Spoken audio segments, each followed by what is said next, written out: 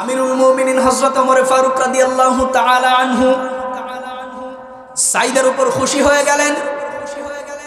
সাইদের উপরে খুশি হয়ে সাইদ ইবনে আমির আল জুমাহি ওনার জন্য 1000 স্বর্ণ মুদ্রা তিনি উপঢৌকন স্বরূপ পাঠাইলেন। কত হাজার? 1000 স্বর্ণ মুদ্রা দূত নিয়ে চলে গেলেন সাইদের কাছে। ওনার কাছে যখনই 1000 স্বর্ণ মুদ্রা যখনই ওনাকে দেওয়া হলো, সাইদ ইবনে আমির আল জুমাহি প্যাকেটটা খুলে যখনই স্বর্ণ মুদ্রা দেখেছেন, চিৎকার দিয়ে উনি পড়ে উঠেছেন, ইন্না লিল্লাহি ওয়া ইন্না ইলাইহি রাজিউন। আল্লাহ রাব্বুল আলামিন কোরআনে কারীমের মধ্যে জানালেন, কিতাবুন আনজালনাহু ইলাইকা লিতুখরিজান নাসা মিনাজ যুলুমাতি ইলান নূর।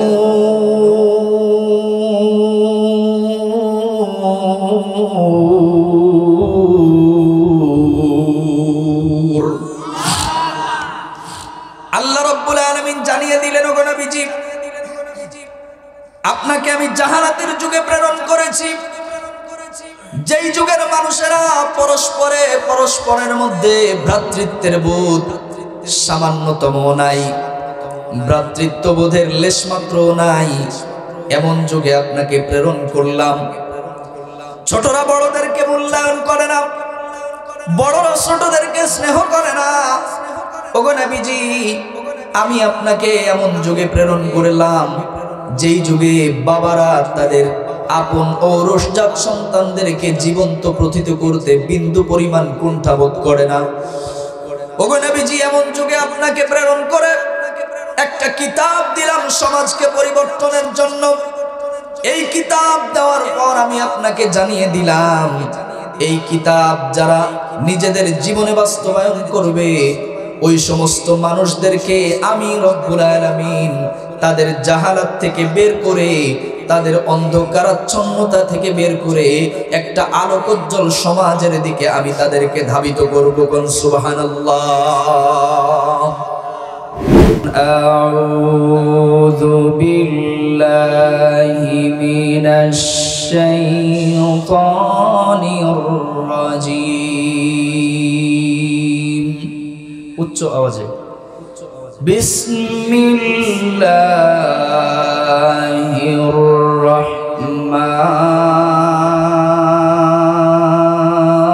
রহমানির রহিম।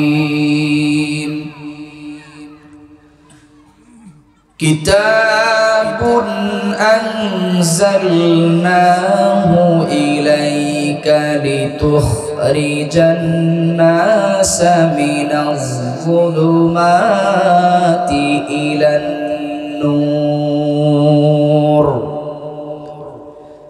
বিইذনি রাব্বিহিম ইলা সিরাতিল আজিজিল হামিদ।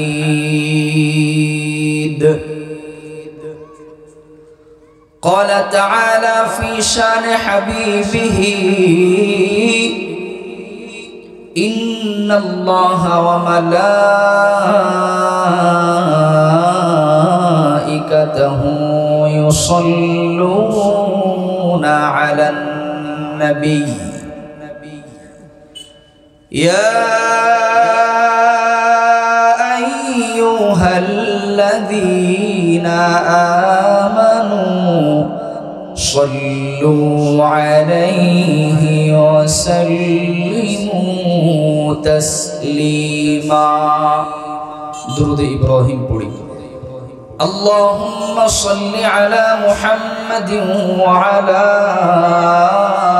آل محمد كما صليت على إبراهيم وعلى آل إبراهيم إنك حميد مجيد।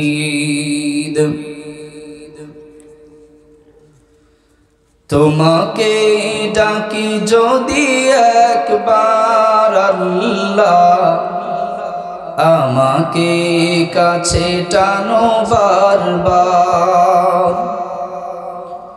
তোমাকে ডাকি যদি একবার আল্লাহ, আমাকে কাছে টানো বারবার।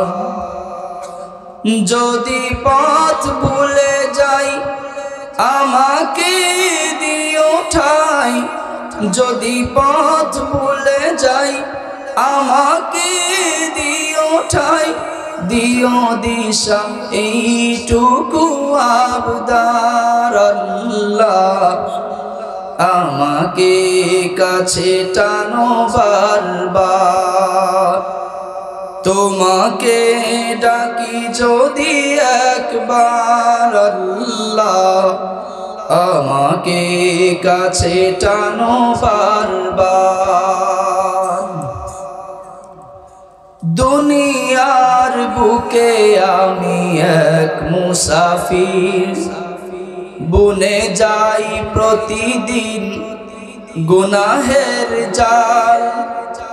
স্বপ্নেরা দল বেঁধে রাতে করে ভিড়, আসবে কি কাঙ্ক্ষিত সোনালি সকাল। দুনিয়ার বুকে আমি এক মুসাফির। এবার আপনাদের কি লজ্জা শরম না? এই মাহফিলের সামনে দিয়ে যাচ্ছেন বেল বাজাইতে বাজাইতে, আশ্চর্য কথা। মানুষের এতটুকু লজ্জা শরম হয় না? মাহফিলের সামনে দিয়ে যাচ্ছে বেল বাজাইতে বাজাইতে, কি আশ্চর্য!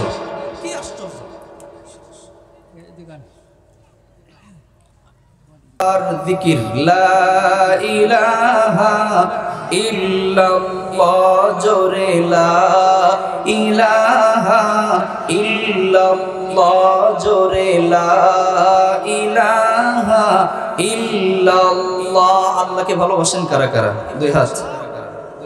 নারায়ে তাকবীর। আল্লাহর ভালোবাসায় অন্তরকে পরিষ্কার করণার্থে সবাই জোর আওয়াজে অন্তরকে একদম খোলা রেখে জবানকে একদম পরিশুদ্ধ করে সকলে জোর আওয়াজে লা ইলাহা ইল্লাল্লাহ, জোরে লা ইলাহা ইল্লাল্লাহ, জোরে লা ইলাহা ইল্লাল্লাহ। যার দিলে আছে আল্লাহর ভয়, আল্লাহ আল্লাহ সব সময়। যার দিলে আছে আল্লাহর ভয়, আল্লাহ আল্লাহ সব সময়। দুনিয়াদারি ভালো লাগে না, দুনিয়াদারি ভালো লাগে না, মুখে শুধু যিকরুল্লাহ লা ইলাহা ইল্লাল্লাহ, জোরে লা ইলাহা ইল্লাল্লাহ। কেউ জবান বন্ধ রাখবেন না। লা ইলাহা ইল্লাল্লাহ, লা ইলাহা ইল্লাল্লাহ মুহাম্মাদুর রাসূলুল্লাহ। বাইতুশ শরীফ জামে মসজিদের উদ্যোগে আয়োজিত 15তম বার্ষিক ওয়াজ মাহফিল। আজকের মাহফিলের সম্মানিত স্বনামধন্য রেসপেক্টেড অনারেবল সর্বজন শ্রদ্ধেয় সম্মানিত সভাপতি আলহাজ মাস্টার শেখ আব্দুর রশিদ সাহেব হাফিজাহুল্লাহ আতালাল্লাহু উমরাহু, আল্লাহ সুবহানাহু ওয়া তাআলা ওনার হায়াতকে বুলন্দ করে দিন। সকলে পড়ছি আমিন। আজকে আলোচনা রেখেছেন অত্র মসজিদের সম্মানিত ইমাম ও খতিব আন-নাহিয়ান মাদ্রাসার সম্মানিত সিনিয়র শিক্ষক আলহাজ হযরত মাওলানা আইয়ুব আলী আনসারী। বিশেষ বক্তা হিসেবে আলোচনা রাখবেন হযরত মাওলানা মনিরুল ইসলাম গাজীপুরী, খতিব লাখোহাটি বাজার কেন্দ্রীয় জামে মসজিদ দিঘলিয়া খুলনা, অ্যাসিস্ট্যান্ট সেক্রেটারি বাংলাদেশ ইসলাম প্রচার পরিষদ খুলনা। প্রধান বক্তা হিসেবে আলোচনা রাখবেন খুলনার মাদারে ইলম সাজিয়ারা মাদ্রাসার সম্মানিত মুহাদ্দিস হযরত মাওলানা মুফতি ফয়জুল করিম সাহেব আতারাল্লাহু আমরাহু, সকলে পড়েন আমিন। সহ অন্যান্য উলামায়ে কেরাম, মুরব্বিয়ান ইজম, আমার সামনে উপবিষ্ট কচিকাচা তালিবুল ইলম ছাত্র ভাইরা, সমবয়সী যুবক ভাইরা, বাবার বয়সী বাবারা, দাদার বয়সী দাদারা,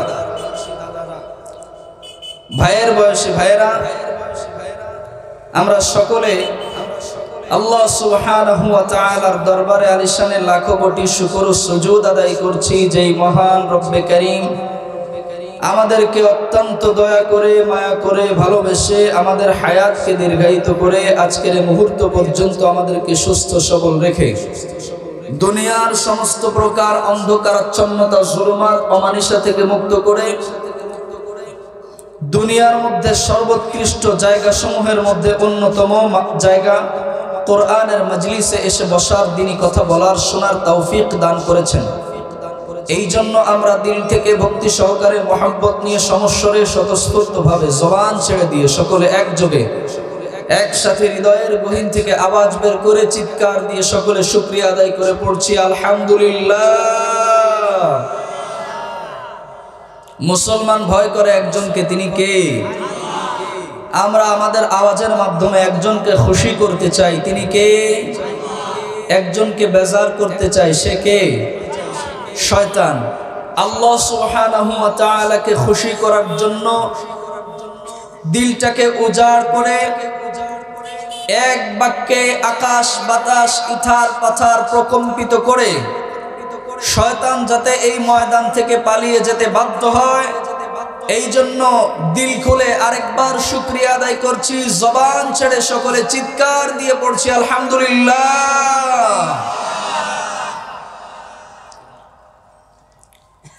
আল্লাহর হাবিব সাল্লাল্লাহু আলাইহি ওয়াসাল্লাম, ওনাকে যখন রব্বুল আলামিন পৃথিবীতে পাঠিয়েছেন, নবুয়ত দান করেছেন, ওনাকে নবুয়ত দান করার, নবুয়তি দেওয়ার একটা অন্যতম উদ্দেশ্য ছিল। সে উদ্দেশ্যটা হলো তৎকালীন সময়ে, ওই সময় পৃথিবীতে জাহালাত চলছিল। জাহালাত কাকে বলে? জাহালাত বলা হয় হলো যারা আল্লাহর বিধানকে বাদ দিয়ে অন্য বিধান গ্রহণ করে, আল্লাহর দেওয়া আইন কানুন বাদ দিয়ে নিজেদের ইচ্ছা মতো আইন কানুন দুনিয়াতে নিজেদের মতবাদ প্রতিষ্ঠা করে যেই সমাজ, সেই সমাজটাকে বলা হয় হলো আপনার জাহালাতের সমাজ, জাহালাতের যুগ। ওই সময় আল্লাহ পাক রব্বুল আলামিনের প্রদত্ত বিধানাবলীর কোনো লেশ মাত্র সমাজের মধ্যে ছিল না, যেটার কারণে ভাই ভাইকে নিজের ভাই বলে মূল্যায়ন করতো না, প্রতিবেশী প্রতিবেশীর হক আদায় করতো না, ভাইয়েরা বোনেদের হক আদায় করতো না, বোনেরা ভাইদের হক আদায় করতো না, বাবা তার সন্তানকে স্নেহ করতো না, ভালোবাসা দিত না, সন্তান তার বাবাকে শ্রদ্ধা করতো না, ভালোবাসতো না, পিতাকে সম্মান করতো না। পিতা বাদ দিয়ে অন্যান্য মুরব্বীদের কথা তো বাদই দিলাম। এই জন্য আল্লাহ সুবহানাহু ওয়া তাআলা দেখলেন যেই সমাজে মানুষেরা নিজের আপন সন্তান, নিজের ঔরসজাত সন্তানকে জীবন্ত প্রথিত করতে পর্যন্ত বাবা কুণ্ঠাবোধ করছে না, দ্বিতীয়বার ভাবতেছে না আমার জীবন্ত সন্তানকে আমি দাফন করে ফেলছি, এই দাফন করতে বাবা বিন্দু পরিমাণ বিচলিত হচ্ছে না। যেই সমাজের মানুষ এই সমাজের মানুষদেরকে ঠিক করতে পারে একটা মাত্র কিতাব, সেই কিতাবের নাম কি? জোরে কোন? আওয়াজ হলো না, আরো আওয়াজ দিয়ে বলেন, সেই কিতাবের নাম কি? আল কোরআন। জাহালাতের যুগের যেই চিত্র সমূহের কথা আপনাদের সামনে উপস্থাপন করলাম, ওই যুগের যেই চরিত্র ছিল, বর্তমান যুগে ওই ধরনের কোন চরিত্র আছে? আছে, আছে। ওই যুগে আল্লাহ সুবহানাহু ওয়া তাআলা যুগটাকে পরিবর্তন করেছেন কোরআনুল কারীম দিয়ে। বর্তমান যুগের মানুষ কোরআন থেকে দূরে না কোরআনের কাছে? তাহলে আল্লাহ রাব্বুল আলামিন বলেছেন, আল ইয়াউমা আকমালতু লাকুম দীনাকুম, কোরআন এবং সুন্নাহ দিয়ে তোমাদের জীবনকে পরিপূর্ণ করে দিলাম। ওই যুগের জাহালাতকে বিদায় করার জন্য, ওই যুগের জাহালাতকে দূর করে সমাজে ন্যায় এবং ইনসাফ প্রতিষ্ঠার জন্য যেমনি ভাবে কোরআনে কারীমের প্রয়োজন হয়েছে, তেমনি ভাবে বর্তমান যুগ থেকেও যদি জাহালাত দূর করতে হয়, মূর্খতা দূর করতে হয়, তাহলে কোরআনের আইন বাস্তবায়ন করার বিকল্প আর কিছু পৃথিবীতে নাই। ঠিক কিনা বলেন? কোরআনের আইন বাস্তবায়ন হলেই সমাজে ন্যায় প্রতিষ্ঠিত হবে, ইনসাফ প্রতিষ্ঠিত হবে। আল্লাহ রাব্বুল আলামিন কোরআনে কারীমের মধ্যে জানালেন, কিতাবুন আনজালনাহু ইলাইকা লিতুখরিজান নাসা মিনাজ যুলুমাতি ইলান নূর।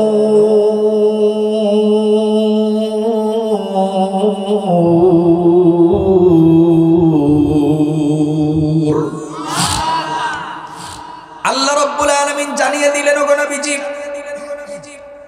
আপনাকে আমি জাহালাতের যুগে প্রেরণ করেছি, যেই যুগের মানুষেরা পরস্পরের মধ্যে ভ্রাতৃত্বের বোধ সামান্যতম নাই, ভ্রাতৃত্ববোধের লেশমাত্র নাই, এমন যুগে আপনাকে প্রেরণ করলাম। ছোটরা বড়দেরকে মূল্যায়ন করে না, বড়রা ছোটদেরকে স্নেহ করে না। ওগো নবীজি, আমি আপনাকে এমন যুগে প্রেরণ করলাম যেই যুগে বাবারা তাদের আপন ঔরসজাত সন্তানদেরকে জীবন্ত প্রথিত করতে বিন্দু পরিমাণ কুণ্ঠাবোধ করে না।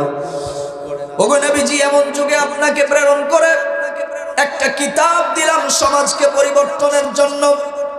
এই কিতাব দেওয়ার পর আমি আপনাকে জানিয়ে দিলাম, এই কিতাব যারা নিজেদের জীবনে বাস্তবায়ন করবে, ওই সমস্ত মানুষদেরকে আমি রব্বুল আলামিন তাদের জাহালাত থেকে বের করে, তাদের অন্ধকারাচ্ছন্নতা থেকে বের করে একটা আলোকোজ্জ্বল সমাজের দিকে আমি তাদেরকে ধাবিত করব। সুবহানাল্লাহ।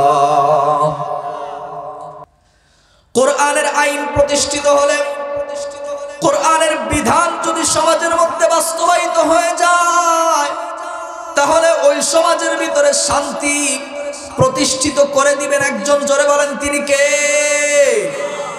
আল্লাহ রাব্বুল আলামিন জানায় দিলেন, ওগো নবীজি, আপনি যখন কোরআনের আইন বাস্তবায়ন করার জন্য সমাজের মধ্যে যখন আপনি চেষ্টা করবেন, আপনি দেখে থাকবেন কিছু কিছু লোক আপনার বিরোধিতার জন্য তারা তৈরি হয়ে যাবে।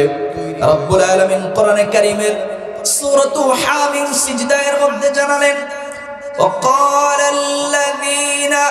وقال الذين كفروا لا تسمعوا لهذا القرآن والغوا فيه لعلكم تغلبون।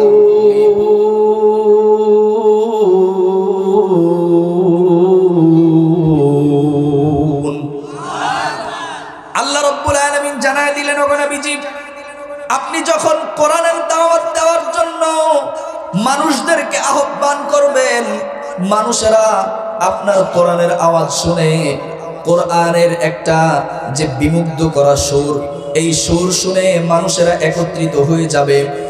কিন্তু যখনই তাদের গায়ে লেগে যাবে, আপনি দেখবেন কাফেররা দুইটা কাজ করবে। এক নম্বরে মানুষদেরকে তারা বলবে, লা তাসমাউ লিহাদাল কোরআন, এই কোরআনের আলোচনা তোমরা শুনো না, কোরআনের আলোচনা তোমরা কখনোই শুনো না। কারণ কোরআনের আলোচনা যদি মানুষ শুনে, নিজেরা অনুধাবন করে একজন প্রকৃত মানুষ হওয়ার জন্য যদি কোরআনের আইন বাস্তবায়ন করতে যদি তৈরি হয়ে যায়, তাহলে ওই সমাজের মধ্যে আর দুর্নীতি থাকবে, মিথ্যা থাকবে, অপমান থাকবে, প্রতারণা থাকবে। আওয়াজ দিয়া বলেন, এগুলো থাকবে। এই জন্য কাফেরের গোষ্ঠীরা চাইবে কোরআনের আলোচনা যেন না হয়। এই জন্য রব্বুল আলামিন বিশ্বনবীকে জানায় দিলেন, আপনি দেখবেন কাফের গোষ্ঠীরা ওরা মানুষদেরকে ডেকে ডেকে বলবে, লা তাসমাউ লিহাদাল কোরআন, ওরা মানুষদেরকে ডেকে বলবে তোমরা কোরআনের আলোচনা শোনো না।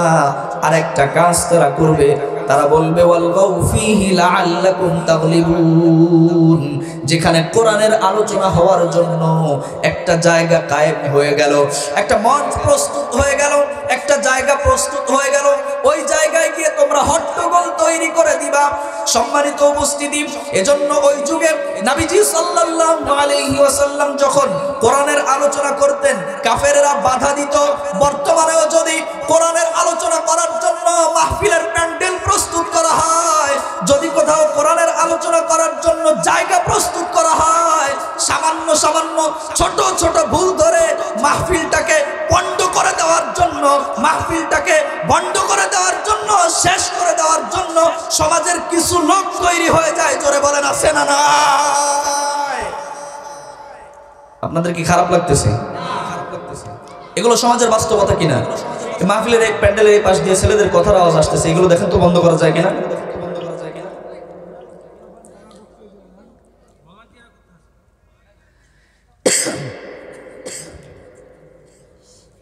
তানভীর কই?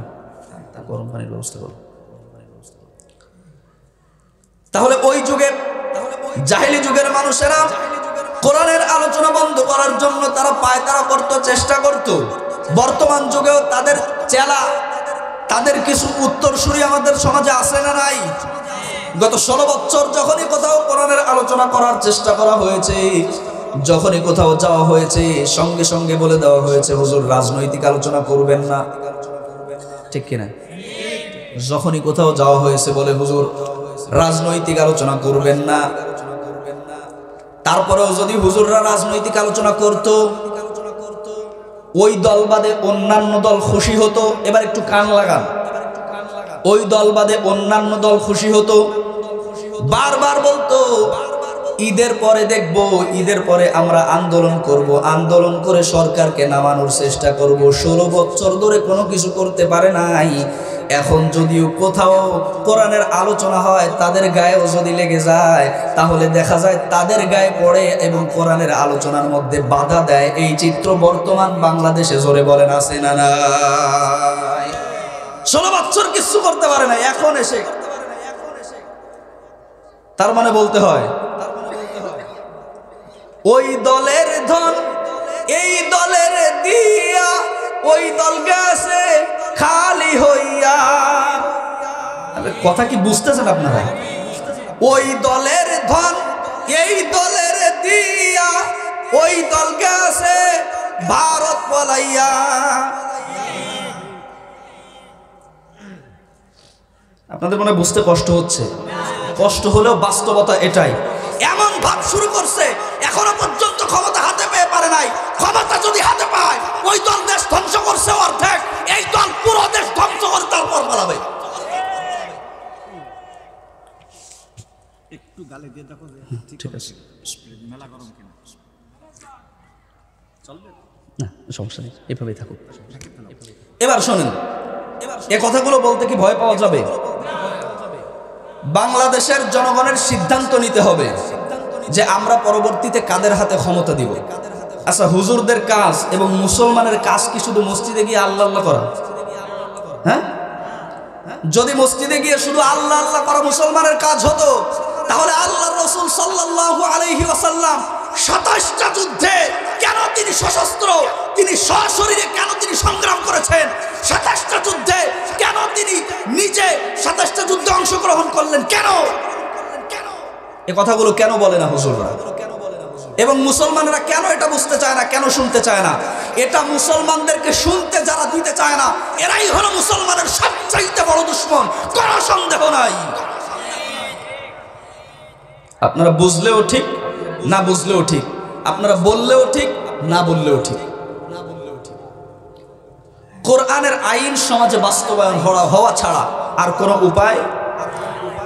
কথা গত 16 বছর বলি নাই, এখনো পর্যন্ত যদি চুপ করে থাকা হয়, তাহলে এটা তো আল্লাহর ভয়ে কথা হলো না, এটা মানুষের ভয়ে কথা হলো। কিন্তু আমরা মানুষকে ভয় পাবো না কাকে ভয় পাবো? আল্লাহ রাব্বুল আলামিন কোরআনে কারীমের মধ্যে জানিয়েছেন, কিতাবুন আনজালনাহু ইলাইকা লিতুখরিজান নাসা মিনাজ যুলুমাতি ইলান নূর।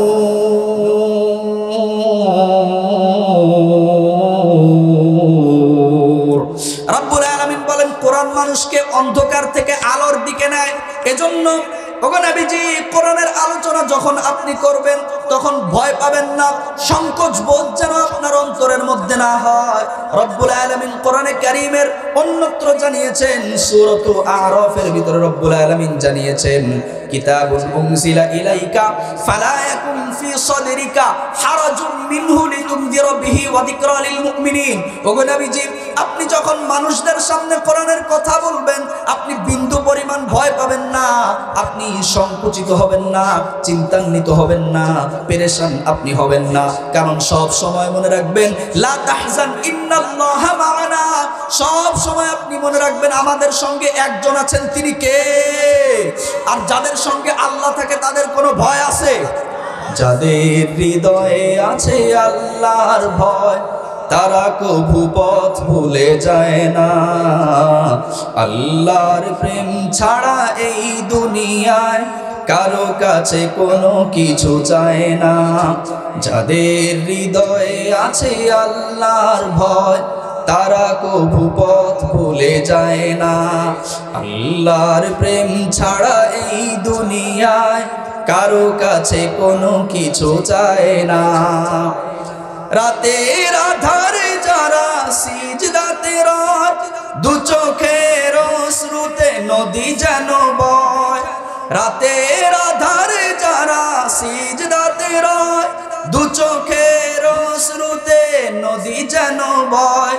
চলনার হাত ছানি যতই আসুক, পেছনে ফিরেও তাকায় না। যাদের হৃদয়ে আছে আল্লাহর ভয়, তারা কভু পথ ভুলে যায় না। আল্লাহর প্রেম ছাড়া এই দুনিয়ায় কারো কাছে কোনো কিছু চায় না। মুসলমান একজনকে ভয় করে, জোরে বলেন তিনি কে? আর আওয়াজ দিয়ে বলা রাখবে, মুসলমান একজনকে ভয় করে, তিনি কে? এজন্য সর্বপ্রথম কথা হলো, সমাজে যেমনি ভাবে নামাজ থাকবে, সমাজে যেমনি ভাবে রোজা থাকবে, সমাজে যেমনি ভাবে কোরআনের আলোচনা থাকবে, ঠিক তেমনি ভাবে সমাজের মধ্যে কেমনে কোরআনের আইন বাস্তবায়ন হবে, এই আলোচনাও সমাজের মধ্যে থাকার দরকার। জোরে বলেন আছে না নাই? আল্লাহ রাব্বুল আলামিন কোরআনে কারীমের সূরাত বানী ইসরাঈলের মধ্যে জানালেন, ইয়াউমা নাদউ কুল্লা উনাসিম বিইমামিহিম ফামান উতিয়া কিতাবাহু বিয়ামিনিহি ফায়াকুলু হাউম করাউ কিতাবাহুম ওয়ালা ইউজলামুনা ফাতিলা। জোরে বলুন আল্লাহু আকবার। আল্লাহ রাব্বুল আলামিন বললেন, ও মুসলমান, তুমি নামাজ পড়ার জন্য এমন ইমাম তুমি নির্বাচিত করলা, যেই ইমামের দাড়ি লম্বা, যেই ইমামের টুপি আছে, যেই ইমামের পাঞ্জাবি লম্বা। ভাই হ্যাঁ, এই আপনার ইয়েটা এদিক তাকান, এই যে মাইকালা ভাই, আপনি এই রিভারটা হালকা দেবেন, ঠিক আছে? ইকো হালকা, একদম কথা যেন মানে ইয়ে না হয়, আর আওয়াজটা একটু ভাষায় ভাষায় দেবেন। মুসলমানদেরকে রব্বুল আলামিন বললেন, তোমরা ইমাম নির্বাচন করার জন্য তোমরা এমন মসজিদের ইমামকে নির্বাচিত করলা, যেই ইমাম তার মাথার মধ্যে টুপি আছে, যার লম্বা জামা, যার দাড়িগুলো লম্বা লম্বা, যেই ব্যক্তি সুদের সঙ্গে জড়িত না, যেই ব্যক্তি ঘুষের সঙ্গে জড়িত না। তুমি মসজিদের ইমাম, এমন ইমাম নির্বাচন করলা। আর সমাজের যেই ব্যক্তি মেম্বার হবে, যেই ব্যক্তি চেয়ারম্যান হবে, সেই ব্যক্তিকে তুমি নির্বাচন করার ক্ষেত্রে একেবারে উল্টা নির্বাচন করলা। সমাজের ভিতরে গজব আসবে কি আসবে না?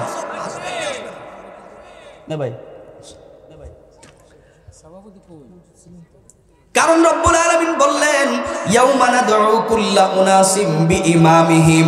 আপনি নির্বাচনের সময় কাকে ভোট দিলেন, ওই নেতা সহকারে কিয়ামতের ময়দানে আপনাকে উঠা লাগবে। কোরআনের মধ্যে এই কথা জোরে বলেন, বলে দিয়েছেন কে? আপনারা এখনো যারা বাইরে আছেন, একটু ভিতরে চলে আসার চেষ্টা করেন। আল্লাহ রাব্বুল আলামিন সবাইকে আসার তৌফিক দান করুন। সকলে যারা বাইরে আছেন, একটু ভিতরে এসে বসার চেষ্টা করেন। আপনি কাকে ভোট দিচ্ছেন, ওই নেতা সহকারে আপনার কিয়ামতের ময়দানে উঠা লাগবে। এখন আপনি এমন লোককে ভোট দিলেন, যেই লোক মোটামুটি মহল্লার কোনো মেয়ের দিকে তাকাতে বাদ দেয় নাই, এমন কোনো হারাম কাজ নাই যা ওই নেতার দ্বারা হয় নাই। নির্বাচনের সময় আপনার 500 টাকার একটা নোট পকেটে ঢুকায় দিছে, আপনি মোটামুটি স্লোগান দিচ্ছেন অমুক ভাইয়ের চরিত্র ফুলের মতো পবিত্র, নামাজ পড়ে না এক ওয়াক্ত। কে কথা বলেন না কেন? এই কাজগুলো এতদিন পর্যন্ত করছেন, কিন্তু এখন তওবা করার সময় আসছে। যদি এখনো তওবা না করেন, কিয়ামতের ময়দানে আপনি উঠে দেখবেন, আরে এ তো আমার সেই নেতার সাথে আমি উঠছি। নেতারে আপনি ডাক দিয়ে বলবেন, নেতা দুনিয়ায় তো আপনি মামলা মোকদ্দমাতে ছাড়াইছিলেন, আজকে আমারে ছাড়ান। তখন নেতা আপনারা বলবে, আমি নিজেই তো ফেসে গেছি, তোরে ছাড়াবো। কথা ঠিক কিনা? এজন্য নেতাও নির্বাচন করতে হবে বুঝে শুনে। মনটা ভালো থাকে, পথে ঘাটে পাহে যাকে সালামটা দেয় আগে। নির্বাচনের আগে কত ধরনের প্রতিশ্রুতি। আপনার এক মসজিদে এক আসরের নামাজ 2 বার পড়ে, হয়তো শরীফ মসজিদে যদি না, এই এলাকার উদাহরণ দেওয়া যাবে না, অন্য এলাকার কথা বলি। এই উত্তরপাড়ার মসজিদে আপনার 4:15 আসরের নামাজ, আর দক্ষিণ পাড়ার মসজিদে 4:30 নামাজ। ঠিক আছে, এই জায়গাতে তাড়াতাড়ি পড়ে ওই জায়গায় যেয়ে পড়তে হবে, কারণ মানুষ দেখুক যে আমি নামাজ পড়ি। কথা ঠিক না বে ঠিক? ক্ষমতা পাওয়ার আগে মনটা ভালো থাকে, পথে ঘাটে পায়ে যাকে সালামটা দেয় আগে। ক্ষমতায় গেলে পরে ক্ষমতার ওই জোরে এই জনতাকে সে আর চিনে না। আপনারা মনে বুঝতেছেন না আমার কথা? ঠিক বেঠিক বলেন না কেন? ক্ষমতা পাওয়ার আগে মনটা ভালো থাকে, পথে ঘাটে পায়ে যাকে সালামটা দেয় আগে। ক্ষমতায় গেলে পরে ক্ষমতার ওই জোরে এই জনতাকে সে আর চিনে না। যে কথা না বলে আমি থাকতে পারি না, যে কথা না বলে আমি থাকতে পারি না। আরেকটু বলবো নাকি? এবার কিন্তু সরাসরি বলবো। করতাম আমি আওয়ামী লীগ, এখন করি বিএনপি। পলায় যাওয়ার পরে তাড়াতাড়ি এই দলে যোগ দিছে, যদি মাপ পাওয়া যায়। ঠিক কিনা বলেন? করতাম আমি আওয়ামী লীগ, এখন করি বিএনপি। আগামীতে হতে পারি যদি একজন এমপি। করতাম আমি আওয়ামী লীগ, এখন করি বিএনপি। আগামীতে হতে পারি যদি একজন এমপি। 555 অথবা পাইপ টানিব সুখে, মঞ্চে মঞ্চে বক্তৃতা দিব, কাঁদিব দেশের দুঃখে। সভা সমিতিতে করতালি পাবো, কেহ দিবে ফুলমালা। হয়তো বা কোনো দুর্মুখ মোরে পেছনে বলিবে সারা। রসের রসিক বলেই ধরেছি রাজনীতির এই গেমটি। আগামীতে হতে পারি যদি একজন এমপি। মন্ত্রী হইলে বিদেশে ঘুরিব, উড়োজাহাজে চড়ি। 5 স্টারের রেস্টবিনে বলো কেমনে বাংলা গড়ি। নেতা হইলে তো কত কিছু পাওয়া যায়, ঠিক কিনা? মন্ত্রী হইলে বিদেশে ঘুরিব, উড়োজাহাজে চড়ি। 5 স্টারের রেস্টবিনে বলো কেমনে বাংলা গড়ি। বাংলাদেশের মূর্খ জনতা বুঝিতে চায় না কিছু। দল বদলাই যাহাদের লাগি তাহারাই লাগে পিছু। পাবি যে তোরা স্বাধীনতার ফল, লুঙ্গিটা ছেড়ে লেংটি। আগামীতে হতে পারি যদি একজন এমপি। দেশের স্বার্থে প্রয়োজন হলে আবারও ছাড়িব দল, আরেক দলে মিশিয়া নামাবো গণতন্ত্রের ঢল। 5 তারিখে নেমে যাওয়ার পরে আমার মানে কয়েকজন বলতেছে, হুজুর একটু কোনো কায়দায় কি আমাদেরকে একটু ওই দলে ঢুকিয়ে দেওয়া যায়? চিত্র আছে না নাই? দেশের স্বার্থে প্রয়োজন হলে আবারও ছাড়িব দল, আরেক দলে মিশিয়া নামাবো গণতন্ত্রের ঢল। ছাত্রকে দিয়ে টিকাই ক্ষমতা, সবই তো দেশের তরে। আগামী ইলেকশনে মরে তাই ভোট দিও দয়া করে।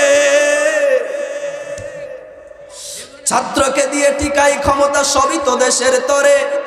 আগামী ইলেকশনে মরে তাই ভোট দিও দয়া করে। তবেই ভালোবাসা পাবে, দেশ পাবে দেশ প্রেমটি। আগামীতে হতে পারি যদি একজন এমপি। করতাম আমি আওয়ামী লীগ, এখন করি বিএনপি। আগামীতে হতে পারি যদি একজন এমপি। ঠিক কিনা? এ চিত্র আছে না নাই? সুযোগ সন্ধানী কোন দল আর যেন বাংলার জমিনে কোনদিন ক্ষমতার মসনদে বসার সুযোগ না পায়, আমরা সেই প্রচেষ্টা চালাবো। এমন নেতাকে ভোট দিব না যারা নির্বাচনের সময় আমাদেরকে মিষ্টি মিষ্টি কথা বলবে। নির্বাচন চলে গেলে রাস্তার টাকা, আপনার রিলিফের টাকা, রিলিফের চালের টাকা, ধানের টাকা, চালের টাকা সব মেরে দিয়ে যারা বেগম পাড়ায় বাড়ি বানাবে, এমন নেতা আমরা বাংলার জমিনে আর দেখতে চাই না। কারা কারা রাজি আছেন তাকবীর দেন না হবে না।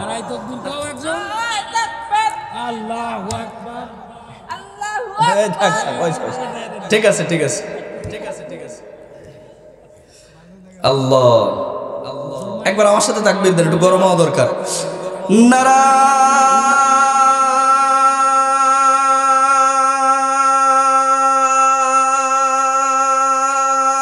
তাকবীর। তাহলে কথা হচ্ছে আমাদের নেতা সহ কিয়ামতের ময়দানে উঠা লাগবে, এটা মাথায় রাখবেন। আপনি যারে ভোট দিবেন চিন্তা করবেন যে আমি কারে ভোটটা দিচ্ছি, এই লোকের সাথে আমার কিয়ামতে উঠা লাগবে। মাথায় শুধু ভোট দেওয়ার সময় এটা চিন্তা রাখবেন। 500 টাকার জন্য বিক্রি হয়ে যায় না, আপনার দাম তো গরুর গোবরের চাইতে কম, যদি আপনি 500 টাকায় বিক্রি হয়ে যান।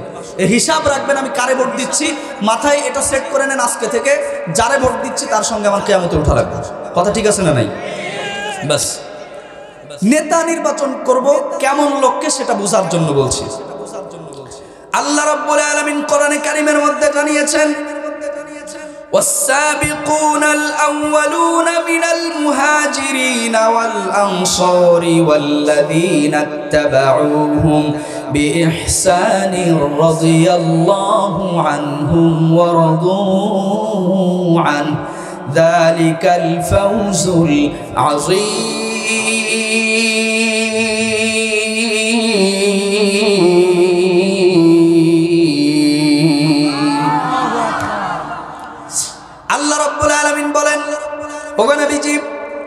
দিন পালনের জন্য যারা অগ্রগামী হয়েছে আপনার সাহাবায়ে কেরাম, ওই সাহাবায়ে কেরামদেরকে আপনি জিজ্ঞাসা করুন, আমি আল্লাহ রাব্বুল আলামিন আপনার সাহাবায়ে কেরামের আমলের উপর খুশি হয়ে গিয়েছি। আপনি জিজ্ঞাসা করুন আপনার সাহাবায়ে কেরাম আমার উপরে খুশি হয়েছে কিনা, কোন সুবহানাল্লাহ।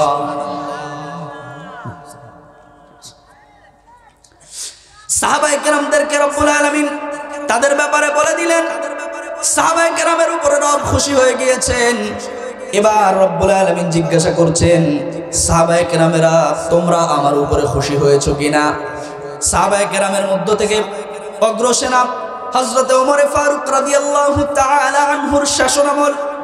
ওমর ফারুক রাদিয়াল্লাহু আনহু উনি একদিন খেয়াল করে দেখলেন হিমস তথা সিরিয়ার মধ্যে একজন গভর্নর প্রয়োজন, সিরিয়ায় একজন শাসক প্রয়োজন। আমিরুল মুমিনিন হযরত উমর ফারুক রাদিয়াল্লাহু তাআলা আনহু হযরত সাঈদ ইবনে আমির আল-জুমাহি রাদিয়াল্লাহু তাআলা আনহুকে ডাকলেন। সাঈদকে ডেকে বললেন, সাঈদ রে, হিমসে একজন গভর্নরের প্রয়োজন, এই হিমসে একজন গভর্নরের প্রয়োজন, তোমার গভর্নরের দায়িত্ব পালন করে হিমসে চলে যাওয়া লাগবে, সেখানে তোমার শাসন করা লাগবে। সাঈদ ইবনে আমির আল-জুমাহি হযরতে ওমরের ডাক দিয়ে বললেন, ওগো আমিরুল মুমিনিন, আমি গভর্নরের দায়িত্ব পালন করতে চাই না, আমি গভর্নরের দায়িত্ব নিতে চাই না, আমি শাসন ভার নিতে চাই না। কেননা শাসন করতে গিয়ে যদি কোনোভাবে বিন্দু পরিমাণ এদিক ওদিক হয়ে যায়, তাহলে কিয়ামতের ময়দানে একজনের সামনে হিসাব দেওয়া লাগবে। জোরে বলেন তিনি কে? আল্লাহর কাছে আমার হিসাব দেওয়া লাগবে। আর আমি আল্লাহ রাব্বুল আলামিনকে ভয় পাই, এজন্য আমি দায়িত্বভার গ্রহণ করতে চাই না। আর আমরা আমাদের সমাজে এমন নেতাকে নির্বাচন করেছি পূর্বে, যারা আল্লাহকে বাদ দিয়ে অন্যকে নিজের ভাগ্যকর্তা হিসাবে গ্রহণ করেছে। জোরে বলেন ঠিক কিনা?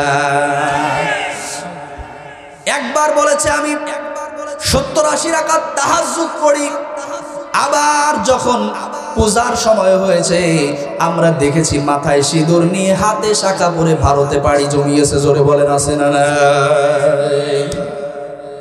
আবার কেউ কেউ মাজারে যেয়ে সিজদা দেয়, আল্লাহকে বাদ দিয়ে অন্যের কাছে চায়। জোরে বলেন আছে না নাই? আল্লাহকে বাদ দিয়ে অন্যের কাছে চায়। কিন্তু রব্বুল আলামিন বলেন, সবার সব ভালো খারাপ যা হোক সব কিছু করার মালিক একজন, তিনি কে? আল্লাহ। কিন্তু অনেকে আল্লাহকে বাদ দিয়ে অন্যকে চায়, অন্যের কাছে চায়। এরকম আছে না নাই? জোরে বলেন তো। আমি কি বলবো?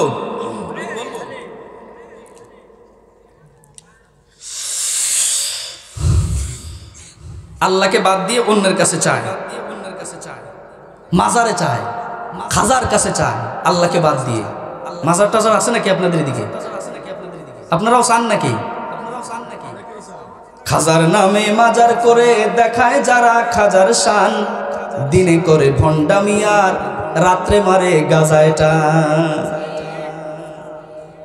খাজার নামে মাজার করে দেখায় যারা খাজার শান, দিনে করে ভণ্ডামি আর রাত্রে মারে গাজায় টান। আপনারা গরম হচ্ছেন না? আমি দিনে করে ভণ্ডামি আর রাত্রে মারে, আপনারা বলবেন গাজায় টান। পারবেন তো? সবাই বলবেন, কেউ চুপ থাকবেন না। খাজার নামে মাজার করে দেখায় যারা খাজার শান, দিনে করে ভণ্ডামি আর রাত্রে মারে। কেউ চুপ করে নাই তো? দিনে করে ভণ্ডামি আর রাত্রে মারে। দাড়ি টুপি নাই রে কিছু, আছে শুধু চুল, সুন্নাতের খবর নাই সে আশেকে রাসূল। চুল দাড়ি কিছু নাই, পাঞ্জাবিও নাই, কিচ্ছু নাই, বিরাট বড় আশেকে রাসূল। আছে না নাই?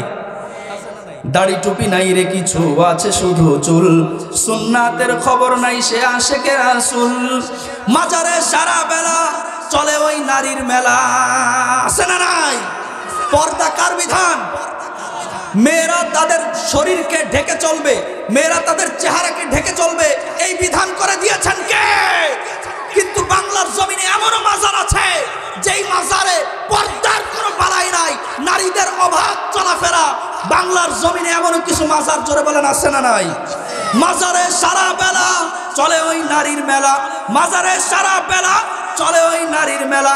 দেখলে চায় না চেনা মানুষ নাকি হনুমান, দিনে চলে ভণ্ডামি আর রাত্রে মারে, দিনে করে ভণ্ডামি আর রাত্রে মারে। নামাজ রোজার ধার ধারে না, পর্দা সে তো নাই, মুরিদেরা সিজদা করে ভণ্ড পীরের পায়। মাজারে সিজদা করে এরকম লোক আছে না? নামাজ রোজার ধার ধারে না, পর্দা সে তো নাই, মুরিদেরা সিজদা করে ভণ্ড পীরের পায়। মাজারে যাবে যারা তারা হবে সর্বহারা, মাজারে যাবে যারা তারা হবে সর্বহারা। আমল সব ধ্বংস হবে, থাকবে না তাদের ঈমান, দিনে করে ভণ্ডামি আর রাত্রে মারে, দিনে করে ভণ্ডামি আর রাত্রে মারে। ল্যাংটা বাবার মতো কত ভণ্ড বাবা আছে, দুর্গন্ধে যায় না থাকা গেলে তাদের কাছে। ঠিক না বেঠে?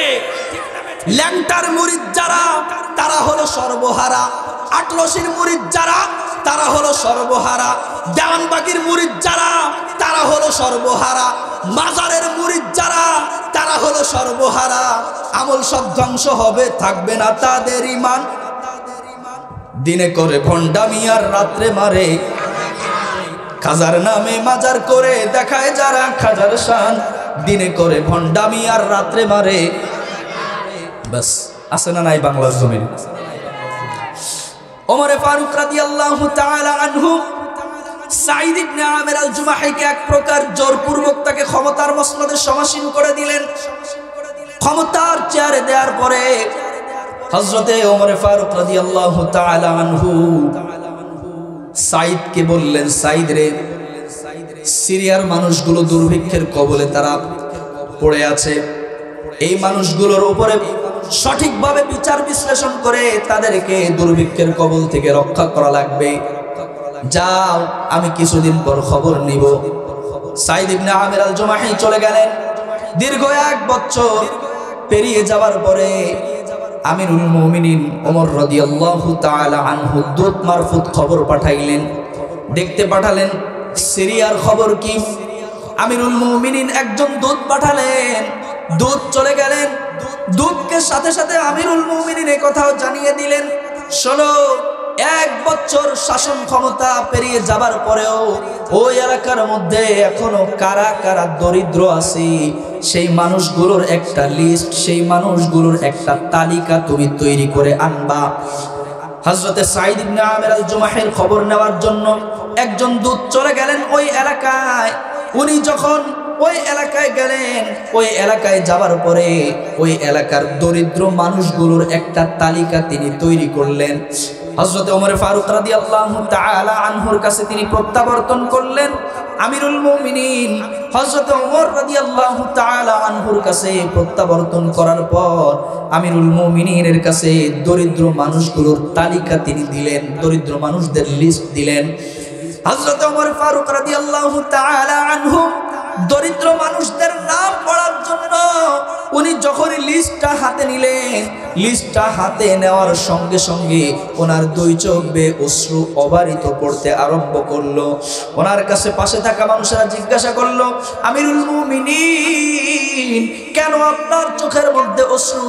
হযরতে ওমর রাদিয়াল্লাহু তাআলা আনহু বললেন, ওই এলাকার মধ্যে, সিরিয়ার মধ্যে এখনো যারা যারা দরিদ্র, এখনো যারা যারা দরিদ্র অবস্থায় আছে, তা সেই তালিকায় সর্বপ্রথম যার নাম রয়েছে তিনি আর কেউ নন, ওই এলাকার শাসনভারের দায়িত্বে নিয়োজিত থাকা প্রধানমন্ত্রী হযরতে সাঈদ ইবনে আমির আল জুমাহি। জোরে কোন সুবহানাল্লাহ।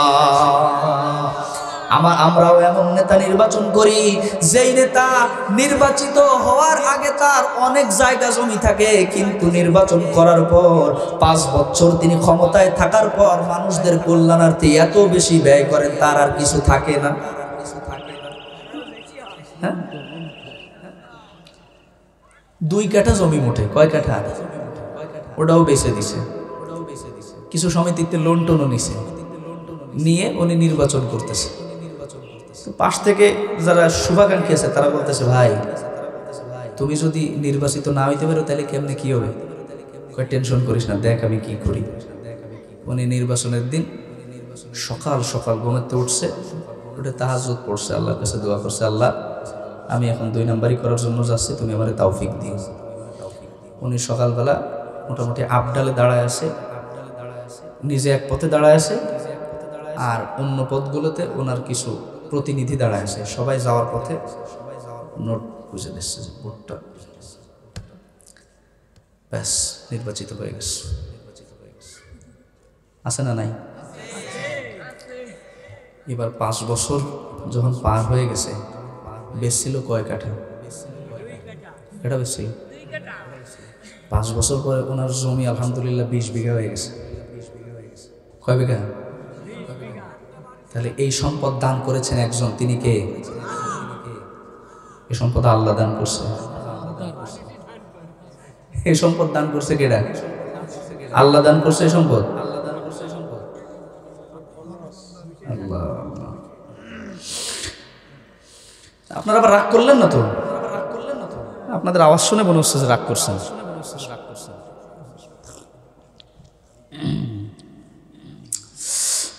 আমিরুল মুমিনিন হযরত ওমর ফারুক রাদিয়াল্লাহু তাআলা আনহু সাইদের উপর খুশি হয়ে গেলেন। সাইদের উপরে খুশি হয়ে সাইদ ইবনে আমির আল জুমাহি ওনার জন্য 1000 স্বর্ণ মুদ্রা তিনি উপঢৌকন স্বরূপ পাঠাইলেন। কত হাজার? 1000 স্বর্ণ মুদ্রা দূত নিয়ে চলে গেলেন সাইদের কাছে। ওনার কাছে যখনই 1000 স্বর্ণ মুদ্রা যখনই ওনাকে দেওয়া হলো, সাইদ ইবনে আমির আল জুমাহি প্যাকেটটা খুলে যখনই স্বর্ণ মুদ্রা দেখেছেন, চিৎকার দিয়ে উনি পড়ে উঠেছেন, ইন্না লিল্লাহি ওয়া ইন্না ইলাইহি রাজিউন। পাশের ঘরে থাকা ওনার বিবি ওনার কাছে জিজ্ঞাসা করলেন, ও প্রাণাধিকা প্রিয় স্বামী আমার, কেন আপনি ইন্না লিল্লাহ পড়লেন? কেন আপনি ইন্না লিল্লাহ পড়লেন? আপনার কাছে জানতে চাই, আমিরুল মুমিনিন হযরতে ওমর রাদিয়াল্লাহু আনহু কি ইন্তেকাল করছে নাকি? সাইদ ইবনে আমির আল জুমাহি বলেন, না না, ওমর রাদিয়াল্লাহু আনহু ইন্তেকাল করে নাই। বিবি জিজ্ঞাসা করেন, তাহলে কি কোনো জিহাদের ডাক এসেছে নাকি? কেন আপনি ইন্না লিল্লাহ পড়লেন? সাইদ ইবনে আমির আল জুমাহি বলতে লাগলেন, আমিরুল মুমিনিন ওমর রাদিয়াল্লাহু তাআলা আনহু আমার দ্বীনদারিত্বকে ধ্বংস করে দেওয়ার জন্য আমার ঘরের মধ্যে দুনিয়া ঢুকিয়ে দিয়েছে। জোরে কোন আল্লাহু আকবার। কত হাজার স্বর্ণ মুদ্রা? 1000 স্বর্ণ মুদ্রা।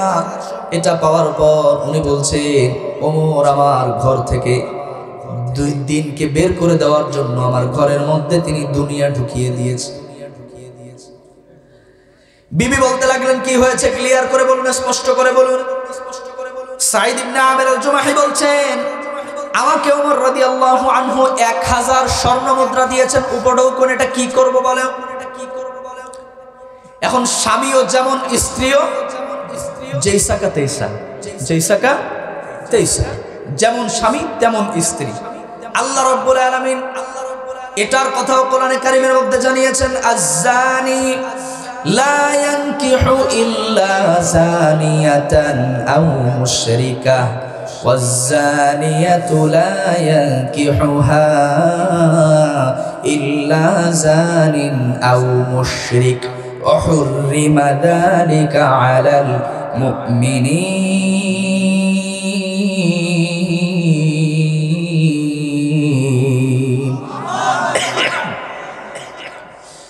আল্লাহ রাব্বুল আলামিন বললেন, স্বামী যেমন হবে স্ত্রীও তেমন হবে। স্বামী যদি 10 ঘাটের পানি খায়, স্ত্রীও কমপক্ষে 12 ঘাটের পানি খেয়ে তারপর তার ঘরের মধ্যে আসবে। স্বামী যেমন হবে স্ত্রীও তেমন হবে। বাজানের রাগ করবেন না। আল্লাহ রাব্বুল আলামিন একথা সুস্পষ্ট জানিয়ে দিয়েছেন, ব্যভিচারিণী নারীর জন্য ব্যভিচারী পুরুষই আমি নির্বাচন করেছি। আবার ব্যভিচারী পুরুষের জন্য আমি ব্যভিচারিণী নারী নির্বাচন করছি। উঠবেন না কেউ, উঠলে মনে করবো ওই রোগের রোগী। আর সে ব্যাপার ভিন্ন, ছুটি নিয়ে যাবেন, দেখাবেন 1 নম্বর 2 নম্বর। স্বামী নতুন বিয়ে হয়েছে, ঘরের মধ্যে স্বামী তার স্ত্রীর বাসর রাতে জিজ্ঞাসা করছে যে তোমার বিয়ের আগে কি কোনো রিলেশন ছিল? স্ত্রী বলে না, আমার কোনো রিলেশন কিচ্ছু ছিল না। না, স্পষ্ট করে বলো, যদি রিলেশন থেকে থাকে আমার স্পষ্ট করে বলো, কোনো সমস্যা নেই, কারণ আমিও তো ভার্সিটিতে পড়ছি, আমারও মোটামুটি ছিল কিছু না কিছু। বলতেছে যে স্ত্রী প্রথম বিয়ে হয়েছে তো লজ্জা পেয়ে স্বামীর হাতে 4টা চাল দিছে আর 200 টাকা দিছে। কয়টা চাল? সবাই বলেন। 4টা চাল আর কত টাকা? 200 টাকা দিছে। স্বামী বলে চাল কিসের? আমার যখন একটা ব্রেকআপ হইতো তখন ওই একটা চাল আমি জমা করে রাখতাম। মোটে সাইড দে রাগ করি না, আমার মেয়ে ভাই রয়েছে, তারপর বাবার বয়সী লোকেরা আছে, কিন্তু না বলে পারতেছি না। বলবো? বলতেছে যে যখনই একটা ব্রেকআপ হইতো একটা করে চাল জমা রাখতাম। চালটা কোনো ব্যাপার না, আমি তো 10-এর অধিক করছি, তো 200 টাকা কিসের? বিয়ে ঠিক হওয়ার আগে গত সপ্তাহে 4 কেজি চাল বেঁচে দিছি। কয় কেজি? এই চিত্র আছে না নাই? জোরে বলেন আছে না নাই? যারা ওই রোগের রোগী তারা বলবে না, জোরে বলেন আছে না নাই? হ্যাঁ। সম্মানিত হাজিরিন, তাহলে যেইসা কা তেইসা, আপনি যেমন হবেন আপনার স্ত্রীও তেমন হবে। আল্লাহ রাব্বুল আলামিনের কাছে নামাজ পড়ে পড়ে দোয়া করবেন, রব্বানা হাবলানা। যারা এখনো বিয়ে করেন নাই তাদেরকে শিখাই দিচ্ছে, বিয়ে করছেন যারা তারাও পড়বেন, রব্বানা হাবলানা মিন আজওয়াজিনা ওয়া যুররিয়াতিনা কুররাতা আ'ইউনিন ওয়াজআলনা লিল মুত্তাকিনা ইমামা। আল্লাহর কাছে দোয়া করবেন, আল্লাহ আপনি আমাকে এমন স্ত্রী এমন সন্তান দান করেন যাদের দিকে তাকালেই আমার চক্ষু জোড়া শীতল হয়ে যাবে। কোন সুবহানাল্লাহ। এত সুন্দর দোয়া আল্লাহ রাব্বুল আলামিন আমাদেরকে শিখাই দিলেন। যারা বিয়ে করেন নাই তারা এই দোয়া পড়বেন। আল্লাহ রাব্বুল আলামিন আপনার ঘরে যদি আপনি ঠিক থাকেন তাহলে আপনাকে রব্বুল আলামিন একজন সতী সাধ্বী নেককার পরহেজগার স্ত্রী রব্বুল আলামিন দান করেন। আর আপনি যদি দোয়াও করেন আর বারবার তাকান আর আস্তাগফিরুল্লাহ পড়েন, একবার নজর পড়ছে, বাহ ভালো সুন্দর তো না, নজর দেওয়া যাবে না, আস্তাগফিরুল্লাহ সুন্দর আছে, আরেকবার দেখি, আস্তাগফিরুল্লাহ আস্তাগফিরুল্লাহ আস্তাগফিরুল্লাহ। এই জিকির যদি করেন তাহলে তো বুঝতেই পারতেছেন এরকম জিকির আল্লাহ আপনার ঘরে একজন লোক। সাঈদ ইবনে আমির আল জুমাহি রাদিয়াল্লাহু তাআলা আনহু, উনিও যেমন ওনার স্ত্রীও তেমন। স্ত্রী স্বামীকে ডাক দিয়ে বলছে, স্বামী রে আপনি একটা কাজ করেন, এখনো সিরিয়ার মধ্যে অনেক মানুষ দুর্ভিক্ষের কবলে পতিত, অনেক মানুষ অনাহারে অর্ধাহারে দিনাতিপাত করছে। আপনি ওই সমস্ত মানুষদের মধ্যে আপনার এই 1000 স্বর্ণ মুদ্রা তাদেরকে দান করে দেন। কোন সুবহানাল্লাহ, আরো জোরে কোন সুবহানাল্লাহ। সাঈদ ইবনে আমির আল জুমাহি তাদেরকে দান করে দিয়েছেন। নিজ চোখে এই ঘটনার প্রত্যক্ষদর্শী হয়ে দূত ওমর রাদিয়াল্লাহু তাআলা আনহুর কাছে প্রত্যাবর্তন করেছেন। ওমর রাদিয়াল্লাহু তাআলা আনহুর কাছে ফিরলেন। ওমরের কাছে ফিরে দূত বলছে, সাইদকে স্বর্ণমুদ্রা দেওয়ার সঙ্গে সঙ্গে তিনি সব স্বর্ণমুদ্রা মানুষদের মধ্যে দান করে দিয়েছেন। কোন সুবহানাল্লাহ। ওমর রাদিয়াল্লাহু তাআলা আনহু খুশি হয়ে গেলেন। তিনি আবারও 1000 স্বর্ণমুদ্রা পাঠাইলেন সাইদকে দেওয়ার জন্য। দূত আবার চলে আসলো সিরিয়ায় সাইদকে দেওয়ার জন্য স্বর্ণমুদ্রাগুলো। তিনি আসলেন হযরতে সাইদ ইবনে আমির আল জুমাহির কাছে। যখন তিনি স্বর্ণমুদ্রা দিয়েছেন, তিনি আবার চিৎকার দিয়ে ইন্না লিল্লাহ পড়েছেন। স্ত্রী বুঝে ফেলেছেন হয়তো আবার তার জন্য কোনো উপহার এসেছে। স্ত্রী পাশের ঘর থেকে বলছে, স্বামী আমার, আপনি গতবার সব মানুষদের মধ্যে দান করে দিয়েছেন, কিন্তু আপনার কাছে এবার আমার একটা আরজি আছে, একটা আবেদন আছে। আপনি অর্ধেক মানুষদের মধ্যে দান করে দেন, আর অর্ধেক আমাদের জন্য, আমাদের ঘরের জন্য আপনি রেখে দেন। ভালো কথা। কিন্তু সাইদ ইবনে আমির আল জুমাহি স্ত্রীকে ডাক দিয়ে বললেন, স্ত্রী আমার,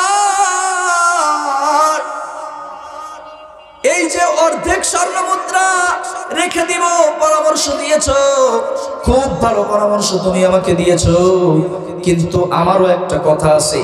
আমাদের ঘরটা ভাঙ্গা চোরা বেড়ার ঘর। এই ঘরের মধ্যে যদি 500 স্বর্ণমুদ্রা রেখে দেই, কখন না জানি ডাকাত পড়ে, কখন না জানি চুরি হয়ে যায়। তার চাইতে বরং আমরা এমন একজন আমানতদার মানুষের কাছে, এমন একজন আমানতদারের কাছে আমরা আমানত রেখে দেই, যখন প্রয়োজন হবে তিনি আমাকে দিয়ে দিবেন, যখনই প্রয়োজন হবে তিনি আমাকে দিবেন, আবার যখন পরিপূর্ণ নেওয়ার প্রয়োজন হবে তিনি আমাকে অনেক গুণে ফিরিয়ে দিবেন। এমন আমানতদারের কাছে রাখলে কেমন হয়? সুবহানাল্লাহ। স্ত্রী বলছেন, সুন্দর প্রস্তাব। এবার সাইদ ইবনে আমির আল জুমাহি বলছেন, তাহলে সব স্বর্ণমুদ্রাগুলো আল্লাহর রাস্তায় বিলিয়ে দেই, যখনই প্রয়োজন হবে যেমন প্রয়োজন তেমন পাবো, আর কিয়ামতের ময়দানে আল্লাহ রাব্বুল আলামিন আমাদেরকে এর চাইতে কোটি কোটি গুণ বেশি ফিরিয়ে দিবেন। কোন সুবহানাল্লাহ। স্ত্রী বলছেন, কিচ্ছু রাখার দরকার নাই, সব আপনি মানুষদের মধ্যে বিলিয়ে দেন। আল্লাহু আকবার। হযরত সাঈদ ইবনে আমির আল জুমাহি আবার সব মানুষদের মধ্যে বিলিয়ে দিলেন। দূত এই ঘটনার প্রত্যক্ষদর্শী হয়ে আবার ওমর রাদিয়াল্লাহু তাআলা আনহুর কাছে ফিরে গেলেন। ওমরের কাছে ফিরে গিয়ে ওমর রাদিয়াল্লাহু তাআলা আনহুকে তিনি ঘটনার বিবরণ শোনালেন। সভাপতি সাহেবের আগমন, শুভেচ্ছা স্বাগতম। সভাপতি সাহেবের আগমন, নারায়ে তাকবীর। এতক্ষণ মেয়াবাই ছিল, কেমন যেন মনে হচ্ছিল এই স্টেজটা এদিকে কায়ত হয়ে আছে, কারণ সভাপতি সাহেব আসছে আর মোটামুটি ভারসাম্য হয়েছে। ঠিক আছে না? ঠিক আছে না? আল্লাহ পাক রব্বুল আলামিন আমার মেয়াবাই এবং আমার সভাপতি সাহেব এবং মঞ্চে উপবিষ্ট যারা আছেন, প্যান্ডেলে যারা উপবিষ্ট আছেন, মা বোনেরা যারা আছেন, আল্লাহ সবাইকে নেখায়াত দারাজ করুন। সকলে বলছে আমিন। জি, মানে আমি ওঠার পর থেকে আমার কাছে মনে হচ্ছিল এদিকে কায়ত হয়ে রয়েছে, এখন মোটামুটি সমান্তরাল আছে। এদিকে খেয়াল করেন।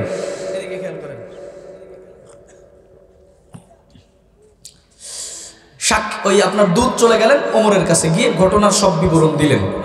বিবরণ দেওয়ার পরে হযরত ওমর রাদিয়াল্লাহু তাআলা আনহু উনি খুব খুশি হলেন এবং সাঈদ ইবনে আমির আল জুমাহি রাদিয়াল্লাহু তাআলা আনহুর সঙ্গে সাক্ষাৎ করার জন্য তিনি উদ্গ্রীব হয়ে পড়লেন যে আমি আমার সাঈদের সঙ্গে সাক্ষাৎ করব, আমি আমার সাঈদের সঙ্গে সাক্ষাৎ করে আমি তার কাছ থেকে দোয়া নেব।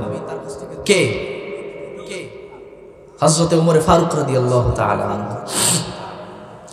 হযরত ওমর ফারুক রাদিয়াল্লাহু তাআলা আনহু সাঈদ রাদিয়াল্লাহু তাআলা আনহুর সঙ্গে সাক্ষাৎ করার জন্য তিনি মদিনা থেকে রওনা করলেন। রওনা করে হযরতে সাঈদ ইবনে আমির আল জুমাহির এলাকা সিরিয়ায় তিনি আসলেন। ওমর রাদিয়াল্লাহু তাআলা আনহুর আগমনের কথা শুনে সিরিয়ার সব মানুষ একত্রিত হয়ে গিয়েছেন। সিরিয়ার সব মানুষ একত্রিত হয়েছেন ওমরের সাক্ষাৎ পাওয়ার জন্য।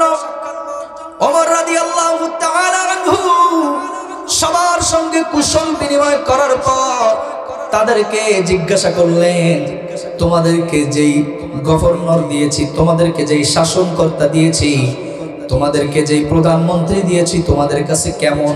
সবাই বলছেন খুবই ভালো, খুব ন্যায়পরায়ণ, খুবই সুষ্ঠু পরিচালনার দায়িত্ব তিনি পালন করেছেন। কিন্তু তার ব্যাপারে আমাদের 4টা অভিযোগ আছে। জোরে বলেন কয়টা? কিংকর্তব্য বিমূঢ় হলেন ওমর রাদিয়াল্লাহু তাআলা আনহু, আশ্চর্যান্বিত হলেন ওমর রাদিয়াল্লাহু তাআলা আনহু। তিনি বলতে লাগলেন, এত ভালো কথা যার ব্যাপারে শুনলাম, এত ভালো গুণ যার ব্যাপারে শুনলাম, এখন আবার শুনছি তার ব্যাপারে 4টা অভিযোগ রয়েছে।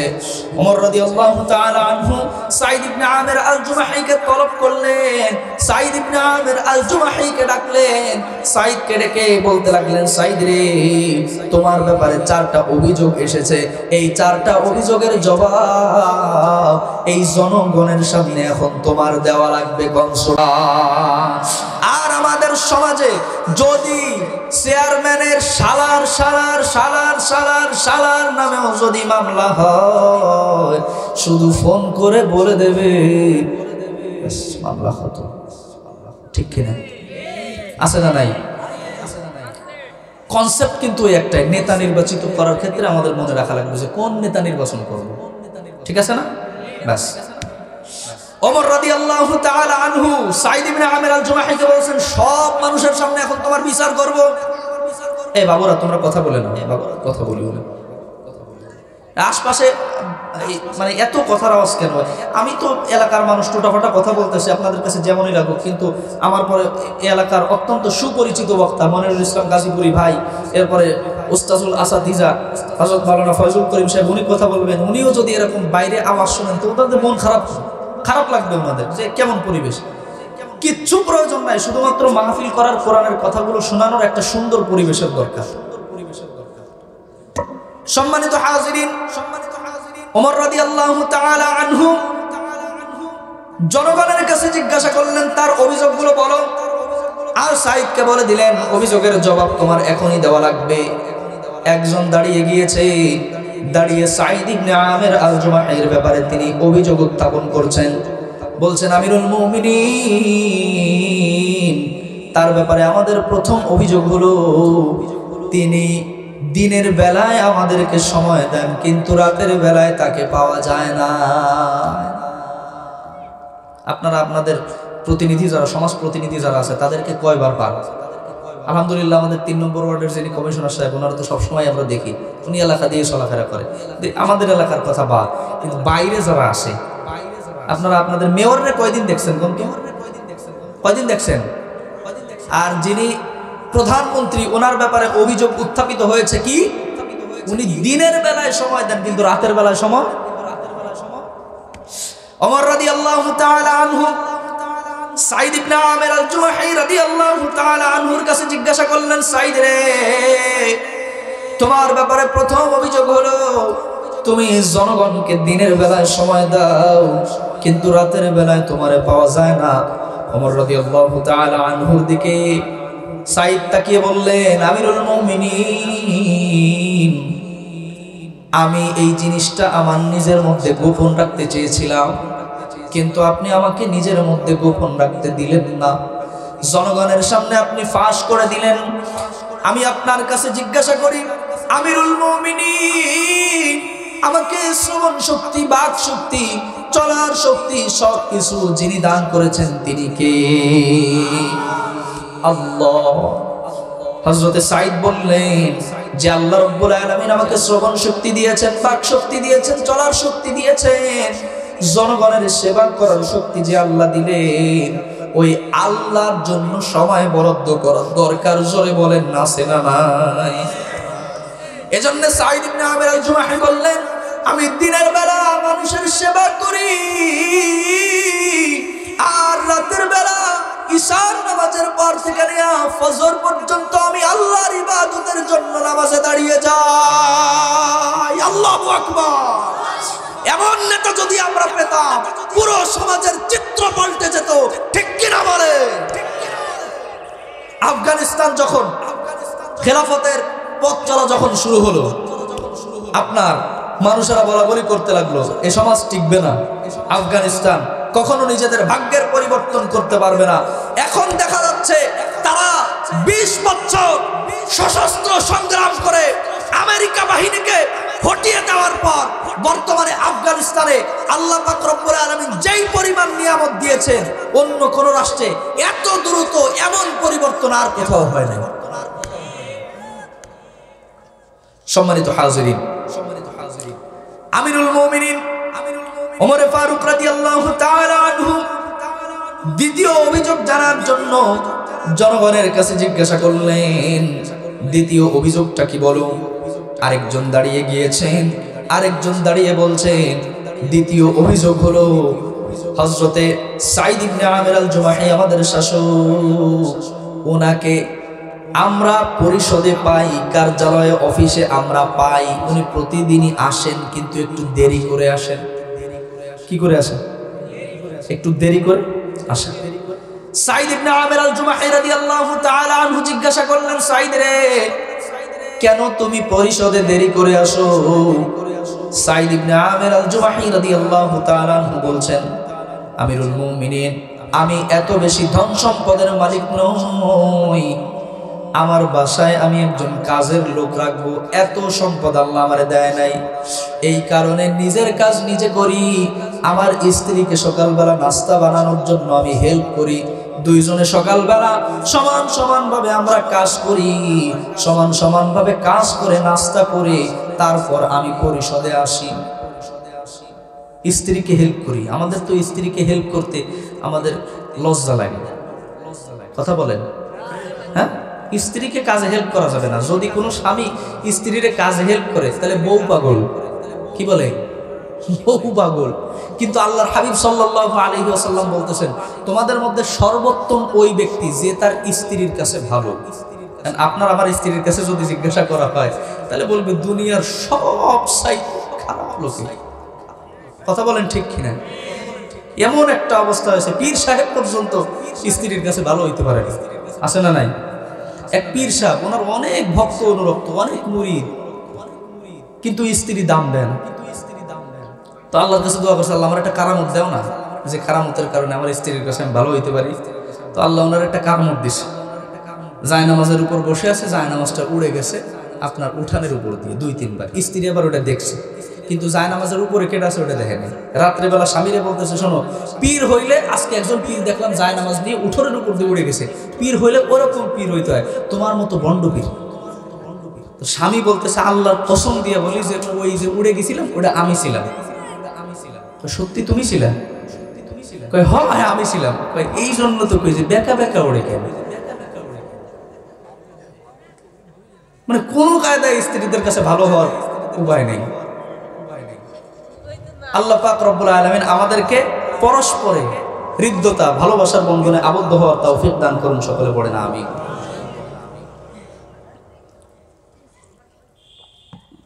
তাহলে দ্বিতীয় অভিযোগও পাওয়া গেল। হযরত ওমর রাদিয়াল্লাহু তাআলা আনহু তৃতীয় অভিযোগ শুনতে চাইলেন। তৃতীয় অভিযোগ কি?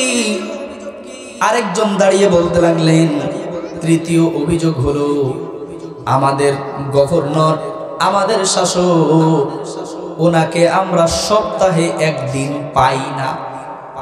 সপ্তাহে কয়দিন পায় না? সপ্তাহে একদিন পাওয়া যায় না। চিন্তা করতে পারেন, একজন প্রধানমন্ত্রী তারা সপ্তাহে একদিন পাওয়া যায় না, এটাও বলে অভিযোগ। হযরত সাঈদ ইবনে আমির আল জুমাহি রাদিয়াল্লাহু তাআলা আনহু, ওনার কাছে ওমর রাদিয়াল্লাহু আনহু জিজ্ঞাসা করলেন, কেন তুমি সপ্তাহে একদিন থাকো না? জবাব দাও।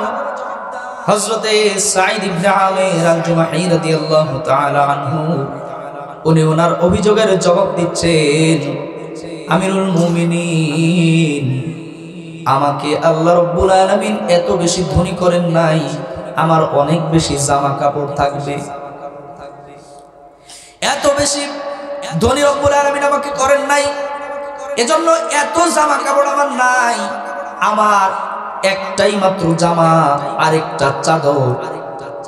আমি প্রতি শুক্রবারের দিন আমার জামাটা আমি ধুয়ে দেই আর চাদরটা আমি পরিধান করি। চাদর পরে জনসমাগমে আসা যায় না, এই কারণে আমি জামাটা ধুয়ে দেওয়ার কারণে জামা পরতে পারি না, এই কারণে সপ্তাহে আমার একদিন পাওয়া যায় না। কি নেতা, আমিরুল মুমিনিনের চক্ষু দিয়া দরদর করে পানি অশ্রু ঝরতেছে। আমিরুল মুমিনিন চতুর্থ অভিযোগের জবাব জানার জন্য আরেকজনকে বললেন, হযরতে সাঈদের ব্যাপারে চতুর্থ অভিযোগ কি বলো। আরেকজন দাঁড়িয়ে গিয়েছে, দাঁড়িয়ে আমিরুল মুমিনিন হযরতে ওমর ফারুক রাদিয়াল্লাহু তাআলা আনহুকে বললেন, আমাদের যিনি গভর্নর তিনি যখন আমাদের সঙ্গে কথোপকথন করেন, যখন তিনি আমাদের কার্যালয়ে থাকেন, তিনি কথা বলতে বলতে তিনি হঠাৎ হঠাৎ বেহুশ হয়ে যান। আমিরুল মুমিনিন বললেন, এটা একটা গুরুতর অভিযোগ, কারণ সমাজের নেতৃত্ব দেওয়ার জন্য দুইটা গুণের প্রয়োজন। রব্বুল আলামিন কোরআনে কারীমের মধ্যে জানিয়েছেন, বাসতান ফিল ইলমি ওয়াল জিসম, এক নম্বরে জ্ঞান থাকা দরকার। নেতৃত্ব দেওয়ার জন্য দুই গুণ দরকার। খুব ভালো করে খেয়াল করেন, জোরে বলেন কয় গুণ? নেতৃত্ব দেওয়ার জন্য দুই গুণ থাকা দরকার। এক নম্বরে বাসতান ফিল ইলমি ওয়াল জিসম, এক নম্বরে জ্ঞান থাকতে হবে, বুদ্ধি থাকতে হবে, কূটনৈতিক আপনার জ্ঞান তার মাথার মধ্যে থাকা লাগবে। কেমনে আপনার দেশের সম্পদ বাহিরে পাচার করা যায়, কেমনে দেশের সম্পদ নষ্ট করে বাইরে আপনার 10 তলা 20 তলা 10টা 20টা বাড়ি কেনা যায়, কেমনে আপনার দেশের সম্পদ নষ্ট করে বাহিরে আপনার সম্পদ জমা করা যায়, কেমনে জনগণকে ধোঁকা দেওয়া যায়, কেমনে রাস্তার সম্পদ মারা যায়, কেমনে রিলিফের চালগুলো মারা যায়। করোনার সময় আমরা এটাও দেখেছি, জনগণকে দেওয়ার জন্য যেই ত্রাণের তেল দেওয়া হয়েছে, এক চেয়ারম্যানের খাটের তলের মধ্যে সব তেলের বোতল। নেতৃত্ব দেওয়ার জন্য এক নম্বরে এই ধরনের গুণ থাকা লাগবে। হ্যাঁ, কথা কন না কেন? কথা আপনারা বুঝতেছেন না? নেতৃত্ব দেওয়ার জন্য এক নম্বরে জনগণের সম্পদ মারে খাওয়ার বুদ্ধি থাকা লাগবে। হ্যাঁ, নেতৃত্ব দেওয়ার জন্য এক নম্বরে যে জ্ঞান থাকা লাগবে, এই জ্ঞানটা হলো কেমনে সমাজের উন্নয়ন করা যায়, গরিব দুঃখীর সম্পদ কেমন করে তাদেরকে বুঝিয়ে দেওয়া যায়, কেমন করে মানুষদের মধ্যে সুষ্ঠু বিচার সম্পন্ন করা যায়, এগুলোর জ্ঞান তার মাথার মধ্যে থাকা লাগবে। আর দুই নম্বরে ওয়াল জিসিম, শারীরিক শক্তি ক্ষমতা থাকা লাগবে। এই দুই গুণ যার মধ্যে থাকবে, আল্লাহ রাব্বুল আলামিন বলেছেন, নেতৃত্ব দেওয়ার জন্য তোমরা তাকেই নির্বাচিত করো। সুবহানাল্লাহ। কিন্তু আমরা দেখি হলো নোট, কি দেখি? এই নোট থেকে আমাদেরকে বের হয়ে আসা লাগে। যত দ্রুত নোট থেকে বের হয়ে আসতে পারবেন, তত দ্রুত সমাজের মধ্যে শান্তি শৃঙ্খলা প্রতিষ্ঠিত হবে, তত দ্রুত আপনি দেখবেন মাহফিলের প্যান্ডেলগুলো কোরআনের কথা শোনার জন্য ভরে গেছে। এভাবে বাইরে বাইরে মানুষ আর থাকবে